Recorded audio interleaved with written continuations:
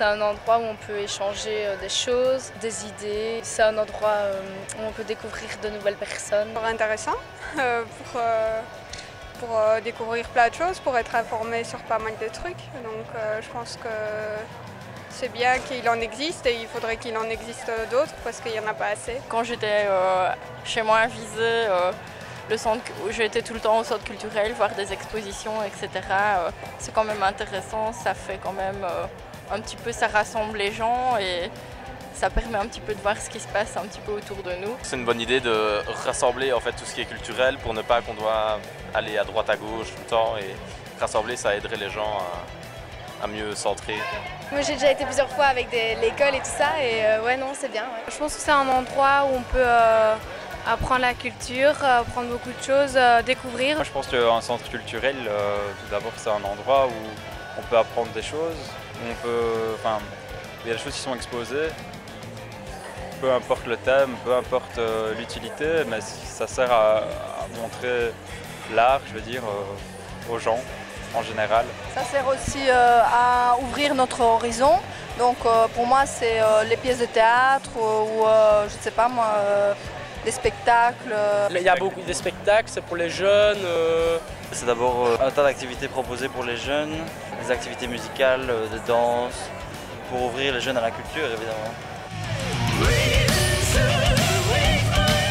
Un foyer culturel, pour la majorité des gens, c'est un bâtiment avec une salle de spectacle.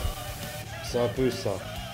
Un centre culturel, c'est surtout une association qui rassemble les mouvements locaux pour décider un peu de ce qu'on fait. Et ils sont associés au pouvoir communal, au pouvoir au conseil communal. On essaye un maximum, maintenant ça dépend des finances, parce que c'est pas toujours donné. Donc voilà, comme une pièce de théâtre, ça coûte pas rien.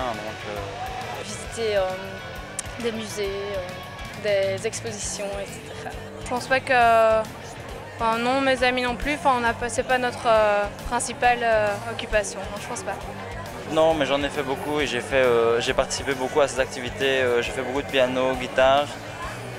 Je vais évidemment à la bibliothèque comme beaucoup de jeunes quand on a besoin d'un livre, donc j'ai quand même besoin de ces centres, c'est quand même utile pour moi. Dans le cadre scolaire, oui. Sinon, de par moi-même, pas trop parce que je trouve que malgré les réductions, ça coûte encore fort cher. Toutes les semaines, on va voir des expositions, on est assez au courant de ça, de ce qui se passe, on se tient au courant pour tout ça. Donc, ici d'ailleurs, on va aller voir, moi en tout cas, je vais voir une exposition qui se passe au MAMAC pour le moment. Donc, c'est super intéressant et c'est toujours bien d'y aller, ça fait une sortie, on s'amuse, on s'instruit et personnellement, moi j'aime bien, donc voilà. Non, pas vraiment, non. Les rares parce que souvent, les trucs culturels qui sont intéressants sont chers aussi. Donc ça c'est dommage, parce qu'on est quand même étudiant, ça veut dire un budget limité, donc pour moi c'est rare. Toujours des prix intéressants, donc c'est bien d'aller voir de temps en temps des spectacles.